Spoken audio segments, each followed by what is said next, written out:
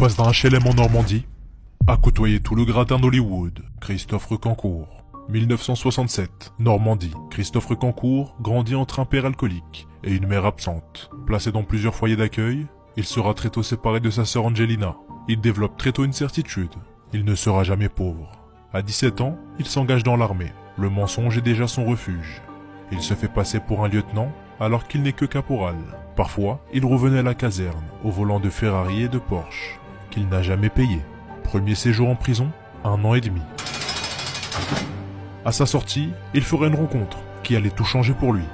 Gérard Siam le prend sous son aile après une simple demande de cigarette. Il l'initie au monde parisien, lui prête sa garde-robe. Christophe observe, apprend les codes et étudie les gestes de ces riches qu'il compte bientôt imiter. Sa première arnaque d'envergure, vendre un appartement qui ne lui appartenait pas. Il a simplement mis un panneau à vendre et il a encaissé 10% d'acompte. Puis, il a disparu avec des millions de francs. Avec cet argent, il s'envole pour les États-Unis. Il a vite compris que Paris devenait trop risqué.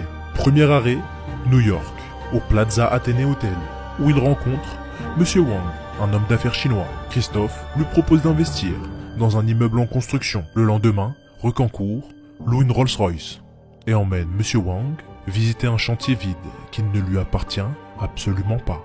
L'homme d'affaires chinois est conquis par cette affaire. Recancourt lui fait signer des contrats caducs. Monsieur Wang verse un acompte de 17 millions de dollars.